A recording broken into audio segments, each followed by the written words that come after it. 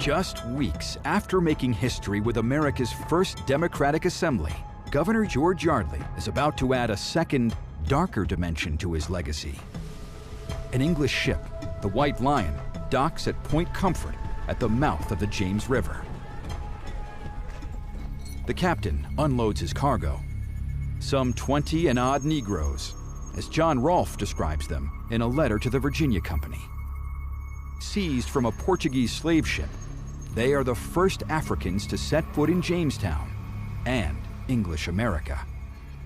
In England, unlike in Spain and Portugal and some of the other countries, there were no real laws in place governing the institution of slavery. The custom of the day is what governed people's behavior.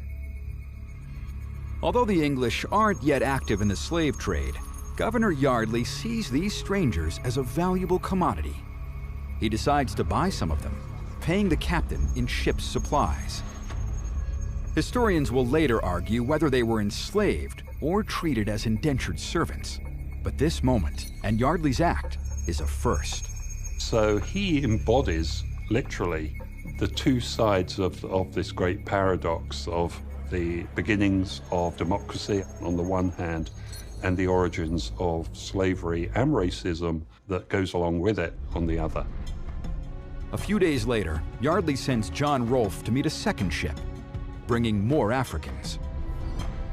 Among them is a young Angolan woman they refer to as Angela.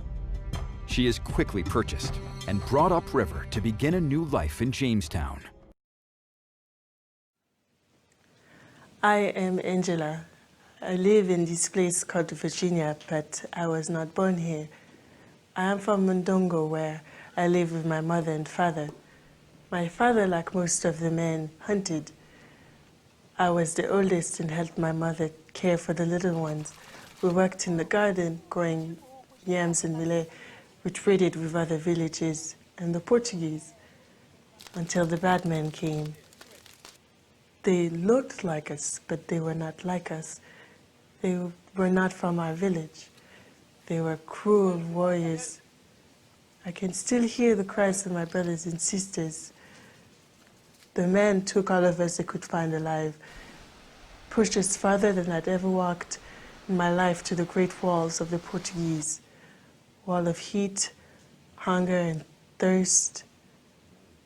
There were so many of us, men, women, and even small children, others from my village, all afraid. A woman killed her own baby and herself rather than being taken away. We were gathered on the sand, penned as if animals. A priest came and made us take Christian names. We were put on a big ship down a dark place. So many of us together, we could not move. Filth and sickness. The voyage was long. Then came the sound of the white men's guns, and we were taken away again and put within another ship, and so came to this land. Here it is not like Ondongo. Here the men work beside us. We all labor for Master Pierce, growing tobacco to send back across the sea on the great ships, maize, beans, and other plants I never knew. I have lived here for many seasons, and no longer fear so much the English and the Indians. They do not call me slave, but I am not free. We who came here together speak our own words and stories so that we will not forget.